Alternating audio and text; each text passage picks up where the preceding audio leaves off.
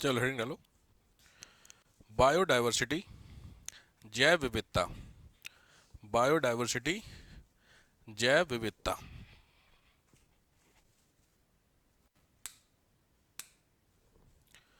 Biodiversity या जैव विविधता, नाम से काफ़ी चीज़ें समझ में आ रही हैं आपको कि बायोडाइवर्सिटी क्या होती है। लिखो, the diversity, the diversity which is found in a particular area, the diversity which is found in a particular area, किसी विशेष क्षेत्र में पाई जाने वाली जीवों की विविधता। द पर्टिकुलर एरिया, किसी विशिष्ट क्षेत्र में पाई जाने वाली जीवों की विविधता, उसको कहते हैं बायोडाइवर्सिटी। यह इंपॉर्टेंट होता है। टर्म किसने दिया है तो लिखो, ये जो वर्ड है बहुत इंपॉर्टेंट है। It is given in first earth summit, इसको प्रथम पृथ्वी सम्मेलन में बताया गया था। फर्स्ट अर्थ समिट, प्रथम पृथ्वी सम्मेलन, उसमें बताया गया है। फर्स्ट अर्थ समिट बताया गया था। कहाँ हुआ था first earth summit? That is in 1992, Rio de Janeiro. 1992 में रियो डी जेनेरो में, ब्राजील में। ठीक है, चलो। तो ये होती है आपकी डाइवर्सिटी, बायोडाइवर्सिटी का क्या होता है मतलब। ठीक है, चलो बायोडाइवर्सिटी में लिखते चलो। The output of development in life is called biodiversity. The output इन, क्या स्टेटमेंट लिखे हो? डेवलपमेंट ऑफ लाइफ, जैव जीवों के विकास के आधार का जो रिजल्ट है वो जैव विविधता है। सही बात है। जितने तरीके के आपके जीव बनते चले गए तो आपसे क्या बनती चली गई? डाइवर्सिटी बनती चली गई। Next, this term first use by W.G. रोगन। इस शब्द को सबसे पहले जिसने यूज किया था उसका नाम है W.G. रोगन, 1985। First term used in W.G. रोगन, 1985, 1985 में यूज किया गया था। दूसरा पॉइंट, एक्सप्लेन्ड इन 1986, 1986 में एक्सप्लेन किया गया। Explain in 1986 by Wilson, by Wilson, WILSON, Wilson. ठीक है, ध्यान रखिए पहले इस टर्म को बायोलॉजिकल डाइवर्सिटी बोलते थे। लिखिए, इस चीज को लिखी लो। Initially it was known as a biological diversity. शुरुआत में इसको बायोलॉजिकल डाइवर्सिटी के नाम से बोलते थे। बायोलॉजिकल यानी जैविक विविधता, शुरुआत में biological diversity. Next it is called, या बाद में later it is called biodiversity. बाद में इसको बायोडाइवर्सिटी के नाम से बोला जाने लगा। नेक्स्ट,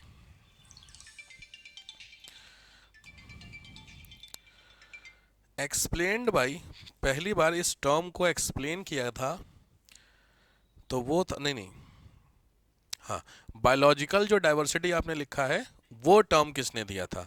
तो बायोलॉजिकल डाइवर्सिटी टर्म दिया है रेमंड डेसमैन ने। जैविक विविधता जो वर्ड है that is given by Raymond Dasmann, DASHMAN, Raymond Dasmann ने। ठीक है, इन्होंने ये टर्म दिया है। कौन सा? जैविक विविधता। और हम लोग क्या पढ़ेंगे? जैव विविधता। तो ये डिफरेंस है। ठीक है, चलो नेक्स्ट आओ।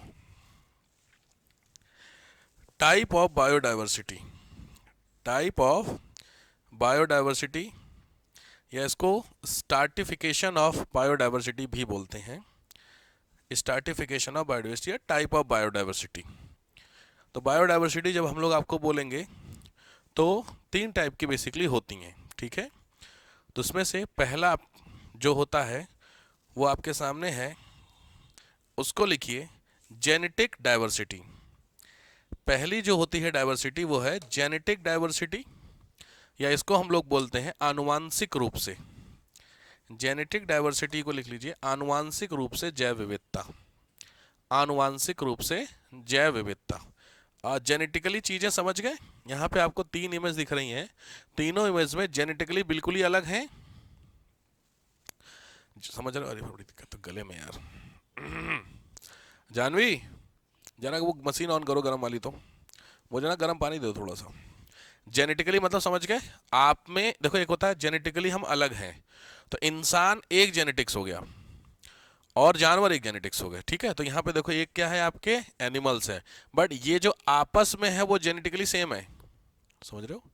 जो डॉग्स की इतनी सारी इमेज देख रहे हो, ये सारी डॉग्स की इमेज में डॉग्स की जीन्स तो सेम ही है ना, डॉग्स की है। इधर डॉग हो गया, इधर क्या हो गए, प्लांट, इधर क्या हो गई, फिशेस। तो तीनों अलग अलग जीन्स के हो गए। तो इस तरीके की डाइवर्सिटी को क्या बोलते हैं हम लोग, जी। तो इसका लिख लो, बेस है इसका जीन्स, आधार है जीन्स। जीन्स के आधार की जो होती है उसको बोलते हैं, ठीक है। एग्जाम्पल लिखिए, dog, comma, fish, comma, tree. तो तीनों बिल्कुल ही अलग अलग होते हैं, तो इसको हम लोग कंपेयर करेंगे लाइक दिस, ठीक है। तो ये आपकी कौन सी आपदा होगी, विविधता, जेनेटिक बायोडाइवर्सिटी के नाम से डिनोट हो गया। नेक्स्ट होता है सेकंड, मतलब जो भी होती है वो होती है स्पेसीज बायोडाइवर्सिटी। स्पेसीज बायोडाइवर्सिटी, जाति विविधता। स्पेसीज यानी प्रजाति विविधता, प्रजाति विविधता। तो लिखिए, इसका जो आधार होता है वो होता है बिटवीन स्पेसीज, जातियों के मध्य, बिटवीन स्पेसीज। तो अलग अलग जो जातियां होती हैं उनके मध्य की जो विविधता होती है, तो जाति समझ गए, ठीक है। On the basis of species, जैसे एग्जांपल में लिखिए, from lower latitude to higher latitude, निम्न अक्षांशों से उच्च अक्षांशों की तरफ जो हम लोग जाते हैं, उस तरीके में आपकी स्पेसीज जो डाइवर्सिटी होती है वो क्या हो जाती है, चेंज हो जाती है। हाँ, एरिया, पर्टिकुलर एरिया की बात करोगी, सिंपल है। हाँ हाँ हाँ, सिंपल। मैं हमेशा इसका एग्जांपल देता हूँ समझने के लिए, कि आप ले लीजिए अपनी सोसाइटी, ठीक है। आपकी सोसाइटी में 2 टावर हैं, आपकी सोसाइटी में 500 फ्लैट हैं, ठीक है। तो समझो, यहाँ पे जो एक टावर और दूसरी टावर की विविधता होगी, बायोडाइवर्सिटी, वो अलग है। तुम्हारी अपनी टावर के अलग अलग फ्लैट की अलग अलग है, और तुम्हारे एक फ्लैट के अंदर के लोगों की अलग अलग है। 3 विविधताएं हो गई। तो जो पहली वाली पढ़ी आपने, वो पहली पढ़ी, ठीक है। तो ठीक है, दूसरी वाली क्या होगी, अलग अलग फ्लैट में अलग अलग तरह के लोग रहते हैं, कोई हिंदू कोई मुस्लिम, तो वो स्पेसिफिक हो गई। और फिर अगर पढ़ेंगे लोग अलग अलग थर्ड पॉइंट, थर्ड में टावर ही अलग हो गए, तो थर्ड क्या होती है, इकोसिस्टम डाइवर्सिटी। तो उनका इकोसिस्टम ही अलग हो जाता है, ठीक है। तो पहला हुआ जेनेटिकली पॉइंट ऑफ व्यू, तो जेनेटिकली में क्या हुआ, इंसान आपके घर में 4 है, तो चारों के जीन सेम है कि अलग अलग हैं, जीन्स तो सेम है। तो आपके में और क्या था,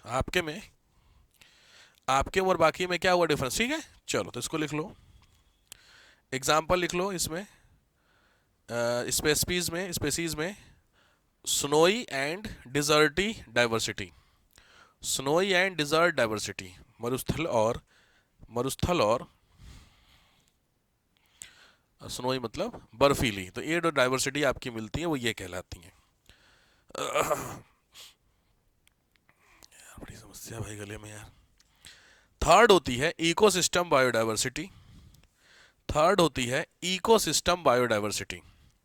यहां से सीधे समझ में आ जा रहा होगा आपको, यहां पे देखो इमेज में अलग अलग क्या दिए हुए हैं, इकोसिस्टम आपको दिए हुए हैं। एक ये इकोसिस्टम है, एक ये है, दिख रहा है सबका अलग अलग। तो कौन कहाँ पे, ये बर्फ हो गया, ये प्लेन हो गया, ये डेजर्ट हो गया, दिख रहा है। तो इकोसिस्टम, इसीलिए मैंने आपको क्या एग्जांपल दिया, आपकी अपनी टावर या सिंपली आपकी सोसाइटी और आपके बगल वाली सोसाइटी, दोनों सोसाइटी के अलग अलग तरह के लोग रहते हैं, उस तरीके की डाइवर्सिटी कहलाती है। तो इसमें डिफरेंट लिख लो, बेस्ड ऑन डिफरेंट इकोसिस्टम, अलग अलग इकोसिस्टम के बीच की। तो उसमें एग्जाम्पल जरूर इकोसिस्टम का लिखेगा। नंबर 1 डेजर्ट, दूसरा पोलर एरिया, तीसरा प्लेन एरिया।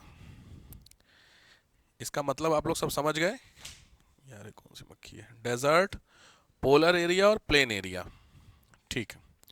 तो ये आपका इकोसिस्टम। अब ध्यान रखिए, डेजर्ट डाइवर्सिटी में क्या मैं स्पेसीज डाइवर्सिटी मिल सकती है? भाई डेजर्ट के अंदर तो स्पेसिफिक डाइवर्सिटी होगी ना, और डेजर्ट में जेनेटिकली डाइवर्सिटी भी मिल सकती है। भाई डेजर्ट में आप जेनेटिकली दो अलग अलग चीज़ों को उठा लो, तो डेजर्ट में एक आप उठाओ जानवर और एक उठाओ पेड़, तो वो क्या होगा? उसको हम लोग स्पेसिफिक में डालेंगे कि जेनेटिक में डालेंगे? डेजर्ट में एक एनिमल और एक प्लांट, तो इनकी पूरी तरीके से स्पेसीज अलग हो गई ना। भाई एक प्लांट स्पेसीज एक एनिमल स्पेसीज तो किस में जाएगा? ये स्पेसिफिक में, ठीक हो गया। और एक ही जानवर के अलग अलग तरीके के जानवर, ऊंट के हो सकता है 3 ब्रीड्स हो, तो वो आपस में क्या होंगे? जेनेटिकली। अब आया समझ में? तो एक बायोडाइवर्सिटी जो होती है, मतलब एक जो इकोसिस्टम होता है, उसके अंदर जेनेटिक और स्पेसीज ये दोनों डाइवर्सिटी मिलती हैं। ठीक बात हो गई? चलो, तो इकोसिस्टम में लिख लो, it is based on separate ecosystem. It is based on separate ecosystem, अलग अलग इकोसिस्टम पे बेस्ड होती है। इन एवरी इकोसिस्टम, कसम से देखो हो गया होगा यार, दो जरा। In every ecosystem, in every ecosystem there are separate energy flow, there are separate energy flow। Her ecosystem में अलग अलग ऊर्जा का प्रभाव होता है। भाई ठीक, कुछ याद आ रहा है?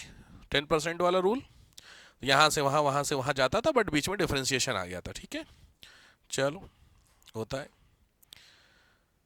ये तो हाँ मैंने बता दिया था ना आपको, 10% वाला किसका रूल था? 10% जो दिया था रूल, दिया किसने था? 10% वाला रूल याद आ रहा है? एनर्जी फ्लो जाता था एक से दूसरा, दूसरे से 10-10% घटता जा रहा था, कुछ याद है? टोटल का 10% पहुंच रहा था, तो स्टेटमेंट किसका है वो? नहीं याद है? याद रखिए भाई, देखो ऐसा है ना, सर्दी ज़्यादा हो रही है, मारना मेरे को भी दर्द होगा, दिक्कत होगी फिर आपको। लिंडमैन, कुछ याद आ रहा है? ठीक। अब आइए, तो ये हो गई आपको टाइप ऑफ डाइवर्सिटी। अब हेडिंग डालिए, ये इंपॉर्टेंट होता है, कैलकुलेशन ऑफ बायोडाइवर्सिटी। हेडिंग डालिए, जैव विविधता का मापन। Calculation of biodiversity, calculation of biodiversity को कैलकुलेट कैसे करते हैं? अगर हमको नापना है किसी जगह पे कितने तरह की है, तो उसको कैसे नापा जाएगा? ठीक है, कैलकुलेशन ऑफ बायोडाइवर्सिटी। चलो लिखो, कैलकुलेशन मीन, कैलकुलेशन मीन, मापन से मतलब estimation of, estimation of number of species and their growth. मापन से मतलब किसी जाति का संख्या और उसकी समृद्धि। Estimation of number and their growth, समझ में आया? तो दो अलग अलग तरीके की जो स्पेसीज हैं, वो कितनी तेजी से बढ़ रही हैं या धीरे बढ़ रही हैं, और कितनी बढ़ रही हैं। ठीक है, 10% की ग्रोथ रेट है और हर साल 5000 बढ़ी, ऐसे करके इसको हम लोग बोलते हैं कैलकुलेशन, निकाला जाता है किसका? डाइवर्सिटी का। ठीक है, लिखो, इन दिस कैलकुलेशन, इस मापन में, there is a species, there is a species who dominate, एक जाति होती है जो डोमिनेट करती है, प्रभावित करती है, इंपैक्ट करती है, कोई एक जाति होती है।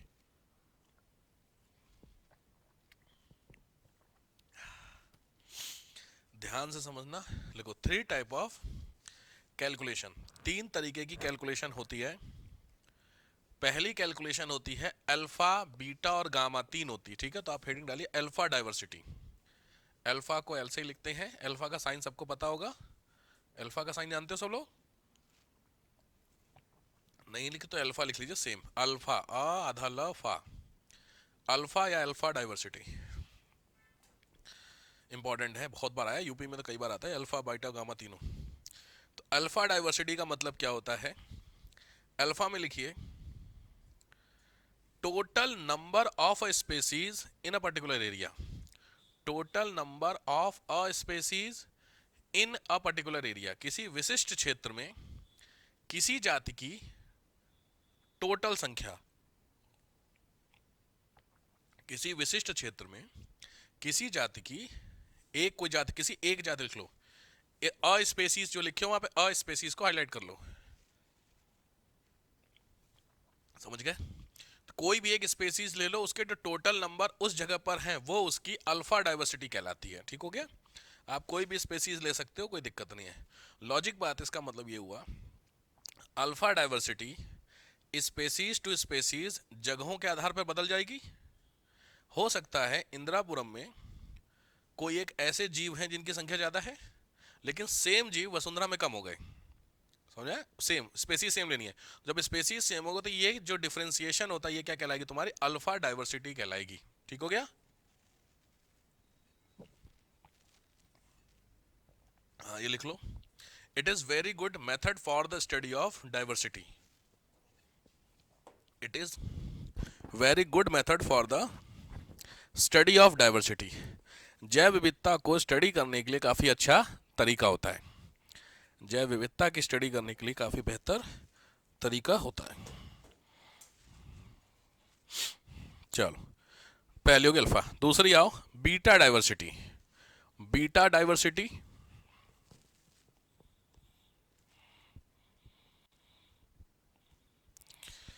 बीटा डाइवर्सिटी इसमें लिखो डाइवर्सिटी बेस्ड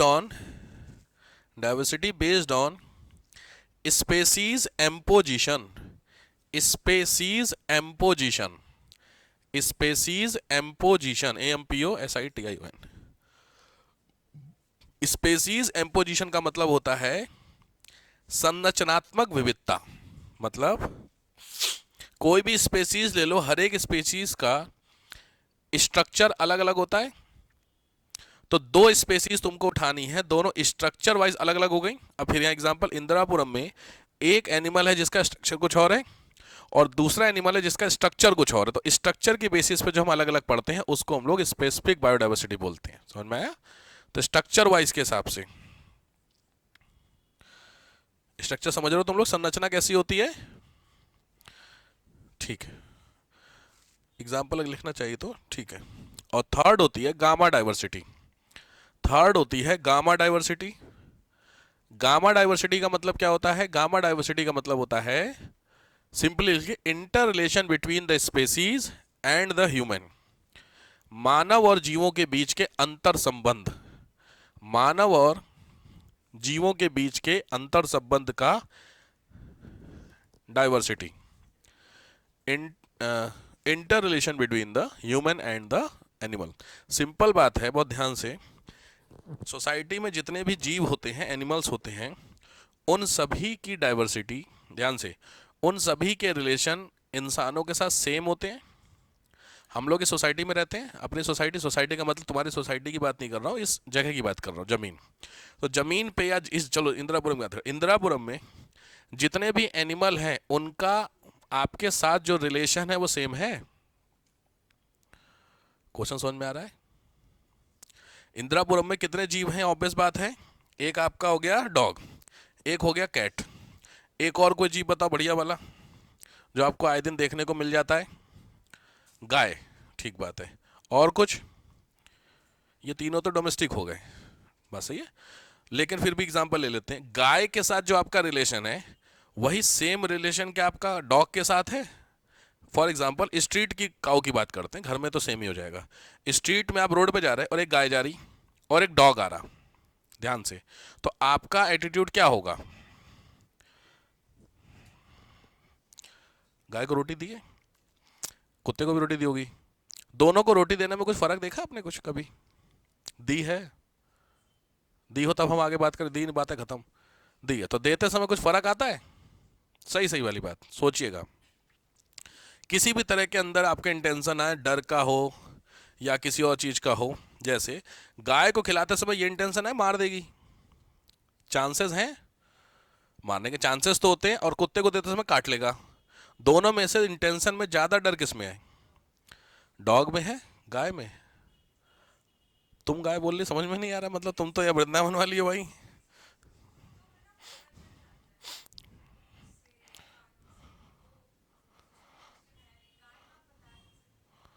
यार क्या बात है, पता चला कैसे कान कैसे हो जाते उनके काटते समय। ओके। अच्छा, कि मारने आ रहा है ऐसे करके। वाह। गाय नहीं ऐसे नहीं मारती गाय। मारी यार, ये एक्सपीरियंस, हाँ तब समझ गया मैं, पर्सनल एक्सपीरियंस ही है ये। मैं समझ गया, ऐसा होने के चांसेस कम होते हैं। ठीक बात है। चलो कोई बात नहीं। खतरनाक बात इन्होंने बताई। चलो मैं दूसरा जीव ले लेता हूँ, सांप। आप ठीक है? सांप को दूध पिलाया कभी? सांप को दूध नहीं पिलाया आप लोगों ने? अच्छा। अच्छा, पहली चीज तो ये साइंस बोलता है कि सांप दूध पीता नहीं है। साइड खाली सांप के सामने दूध रखा जाता है, चढ़ाया जाता है, सिंपली होता है। आपने देखा होगा वो जो गांव देहात में छोटे शहरों में आता है अंकल जी एक सांप लेकर के, वो दूध पीता भी है। आप गांव में जो मतलब जो छोटे शहरों में सांप नहीं गले में लेके घूमते हैं, वो अरे वो घूमने, अरे नाटक वाटक करते हैं जो, तो ला करके रख देते हैं। बस समस्या ये होती है कि सांप जो होता है, वो दूध जो होता है ना, वो उसकी बॉडी में जाके ना जहर बन जाता है। तो अच्छी चीज़ है ये तो, सांप तो जहर वाली चीज़ होती है। लेकिन वो ऐसा वाला दूध नहीं, ठीक है, उसके लिए स्पेसिफिक होते हैं। पॉइंट यहाँ पे होता है कि उस सांप को जब नागपंचमी होती है तो उससे 3 4 5 दिन पहले ना कुछ खिलाने को नहीं देते हैं, खाने के देते हैं। तो जब 4 5 दिन से आपको कुछ नहीं मिलेगा तो आपको हम कुछ देंगे, तुम कुछ खा लोगे। तो लकड़ी खा लोगे, भूख लगी तुमको। वह लॉजिक बात है। आपने मूवी देखी है वो अंडमान पे जो बनी थी, काला पानी, याद है? देखिए नहीं? अंडमान देखे, एक पंडित जिसका बच्चे को रोग हो जाता है, दोनों हस्बैंड वाइफ, 2 बच्चे होते हैं। उसमें हस्बैंड वाला सीन देखिएगा, वो कितना खतरनाक होता है एग को लेकर के। कि जो एग होता है भाई साहब, उसको मतलब वो कम से कम जहाँ पे एग उसने सुना है उसको कम से कम 2 किलोमीटर दूर जाता है भाग के कि मैं एग छूऊंगा नहीं। और उसमें सिचुएशन ऐसी दिखाई गई एपिसोड 6 7 में आते आते कि उसकी वाइफ को हो गया कोविड। एक बीमारी फैलती है वहाँ पे, कोविड नाम दे रहा हूँ मैं, कोविड हुआ। तो उसकी वाइफ अलग हो गई, एक बच्चा खत्म हो गया, और वो अकेले बच्चा एक छोटी बच्ची के साथ। तो छोटी बच्ची भी कहीं है, वो अकेले है, एक उसमें पड़ा हुआ है केब में, और उस केब में एग रखे हुए हैं सांप के। वो मूवी देखिएगा जाके, बहुत अच्छी वेब सीरीज है काला पानी। बहुत जेन्युइनली दिखाया गया है कि जो रिलेशन धीरे धीरे कैसे खत्म होते हैं जब आपकी सिचुएशन ऐसी फंस जाती है। बहुत बेहतर दिखाया है इसमें। तो सोचो वो बंदा सांप के एग को खोल ऐसे तोड़ करके ऐसे खाता है, जो बंदा क्या एग से कोसों दूर भाग रहा था। तो कुछ डिफरेंस आया समझ में? तो डिपेंड ऑन सिचुएशन होता है। तो लॉजिक बात है, अगर आपके सामने, मैं वही क्योंकि मैं यहाँ पे बता रहा हूँ गामा। तो गामा में क्या हुआ कि 2 जीव हैं, उन दोनों का इंसानों के साथ जो रिलेशन है वो ऑब्वियस बात है अलग अलग होता है। ये वेरी करता है पर्सन टू पर्सन और एनिमल टू एनिमल। भाई मेरा डॉग के साथ बेहतर रिलेशन हो सकता है, आपका नहीं होगा। अब मेरा काऊ के साथ बेहतर नहीं है, आपका है। जैसे होता है, जैसे मुझे काऊ को खिलाने में या डॉग को खिलाने में ऐसा कोई इशू है नहीं, आप में से किसी को है? जैसे इनके साथ एक थोड़ा एक्सपीरियंस चूंकि ऐसा था इसलिए लगता है कि ऐसा होता है, बट जनरली ऐसा होता नहीं। या फिर सबसे अच्छा एग्जांपल मैंने सांप दिया आपको, अब सांप से करिए कुत्ते से उठाइए, तो समझ में आ जाएगा। तो सांप देखते ही क्या आप रोटी खिलाओगे उसे, या दूध दूध का अच्छा यार भूखा होगा लाओ, नहीं ना, बस। तो ये रिलेशन होता है। तो लॉजिक बात है, सांप और इंसान का रिलेशन और डॉग और इंसान का रिलेशन, इन दोनों रिलेशन का जो डाइवर्सिफिकेशन होता है वो क्या कहलाएगा तुम्हारा? Gamma diversity. बस यही समझाना चाह रहा हूं मैं, समझ गए? तो this is called gamma diversity. हाँ देखो, it is based on geographical factors. ये भौगोलिक कारकों पर निर्धारित होता है या निर्भर होता है। It is based on geographical factor, भौगोलिक कारकों पर निर्भर करता है। सही बात है। भौगोलिक कारक समझ गए? गर्मी सर्दी, कहीं पे ज़्यादा गर्मी होगी। जैसे अब आपका और कैमल का रिलेशन, जो राजस्थान में रहने वाले लोग हैं उनके और कैमल के रिलेशन से फ़र्क होगा कि नहीं फ़र्क होगा? आपका डॉग के साथ, उनका उनके साथ नहीं है। डिफरेंस आ रहा समझ में? तो कुछ इस तरीके के रिलेशन की स्टडी क्या कहलाती है आपकी? ये क्या, कौन सी है? Gamma diversity. ठीक हो गया। तो ये बहुत फेमस क्वेश्चन बनते हैं।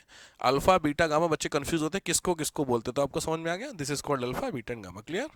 चलो नेक्स्ट आओ, services of biodiversity. Services of biodiversity, आपको इकोसिस्टम से कुछ मिलता है